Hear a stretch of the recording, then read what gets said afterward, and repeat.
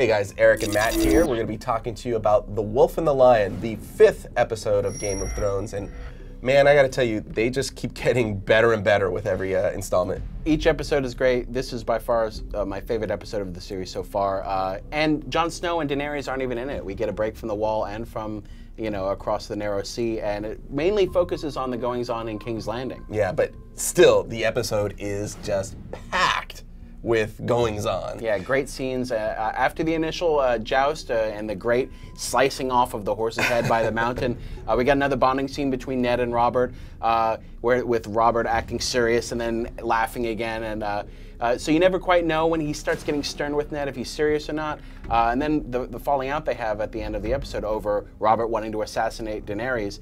He seems like he really means it when he's yelling at Ned, but you never know because, you know, he considers him to be a brother. Yeah, yeah. And I mean, I gotta say, this was the most tension-filled episode for me for poor Ned, and mainly it's because of the actions of his wife, Cat, who, you know, is on her way to the Eyrie with Tyrion. Tyrion. I mean, she's taking Tyrion to see her sister, who, as Tyrion describes, is touched, which is a very polite way of saying she's completely batshit insane. Yeah. And there's a moment there when Tyrion could have escaped, gotten on a horse, but he chose to go back and save Cat, essentially. And so by the time we get to the Eyrie, I think between that and her seeing just how touched her sister is, she's starting to have misgivings about what she's done. Maybe she shouldn't have brought him here.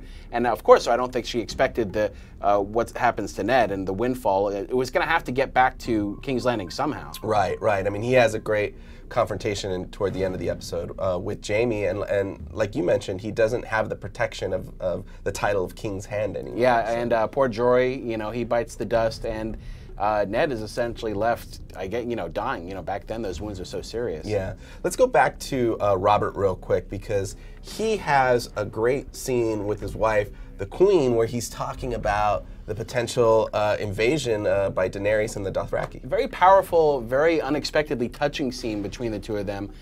We get a little insight into their marriage and the fact that they're at ease with the fact that they've sort of grown to hate each other. And you start to see Robert's side a little more, why he wants to assassinate Daenerys. Maybe Ned is wrong in thinking we shouldn't, because he knows the dangers of Khal Drogo's army, and he thinks that he has a good chance of actually winning because Robert rules over 5 splintered, self-serving armies. Yeah, and one last thing I do want to just touch on quickly before we end is, we've been hearing about him since the series started. We get our first glimpse at a bona fide giant dragon skull. It looked great, and of course Arya is down there chasing the cat. She sees it, she's taken aback. You know, I think we're taken aback a little too, especially by the size of it and the teeth, and the fact that once again we're reminded, like in the first scene of the series, that these things exist in this world, or at least used to. Right, right. So who knows? Maybe we'll see him again. Maybe we'll see him in another form. There is still so much more to talk about, but we just don't have time. So I urge you to check out Matt's written review of the episode at tv.ign.com. And as always, we want to know what you thought about the episode, so let us know on the boards below. Thanks, guys.